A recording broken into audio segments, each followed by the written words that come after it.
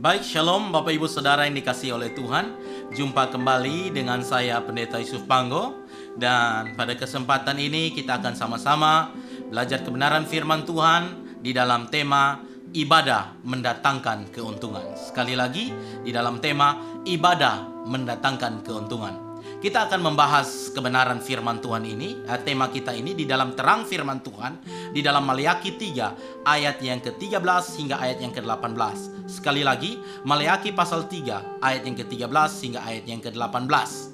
Dan untuk menjadi ayat pembimbing kita di dalam Maleakhi 3 ayat yang ke-14, saya bacakan bagi kita Maleakhi 3 ayat yang ke-14. Kamu berkata adalah sia-sia beribadah kepada Allah.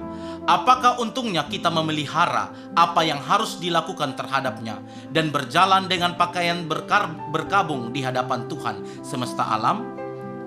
Sekali lagi, Maleakhi 3 ayat 14. Kamu berkata adalah sia-sia beribadah kepada Allah.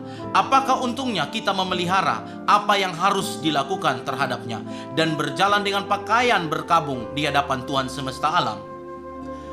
Rasul Paulus menasihatkan Timotius di dalam 1 Timotius pasal 4 ayat yang ke-7b berkata, latilah dirimu beribadah. Sekali lagi, latilah dirimu beribadah. Mengapa kita harus terus melatih diri dalam hal beribadah? Mengapa kita harus terus melatih diri dalam hal beribadah? Karena ibadah itu berguna dalam segala hal dan mengandung janji. Artinya ada berkat-berkat luar biasa yang disediakan Tuhan bagi setiap orang yang menghormati Tuhan dan beribadah kepada Tuhan dengan sungguh-sungguh. Di dalam 1 Timotius pasal 6 ayat yang ke-6 firman Tuhan berkata, memang ibadah itu kalau disertai rasa cukup memberikan keuntungan besar.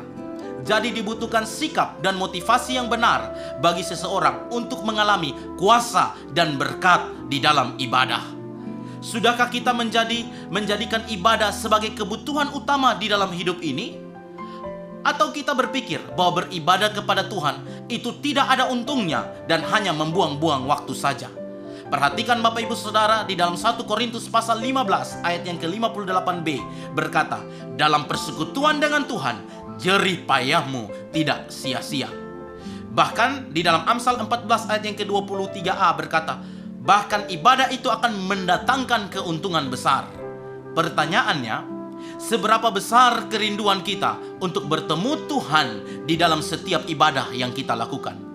Adakah kita memiliki rasa haus dan lapar akan kebenaran seperti yang ditunjukkan oleh jemaat mula-mula, sehingga kehidupan jemaat mula-mula yang digambarkan di dalam Kisah Para Rasul 2 ayat 47, mereka hidup dengan lapar dan haus akan firman Tuhan, maka mereka disukai semua orang, dan tiap-tiap hari Tuhan menambahkan jumlah mereka dengan orang yang diselamatkan.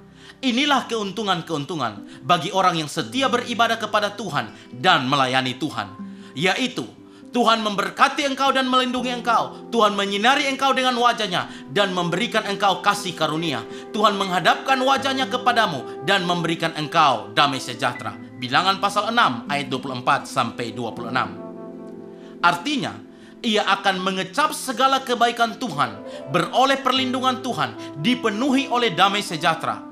Ketika kita hidup beribadah kepada Tuhan, sehingga hidupnya senantiasa bercahaya dan menjadi berkat bagi orang lain, dan Tuhan pun dapat berkata kepada dia di dalam Kisah Para Rasul 13 ayat 22b, aku telah mendapat seorang yang berkenan di hatiku dan yang melakukan kehendakku.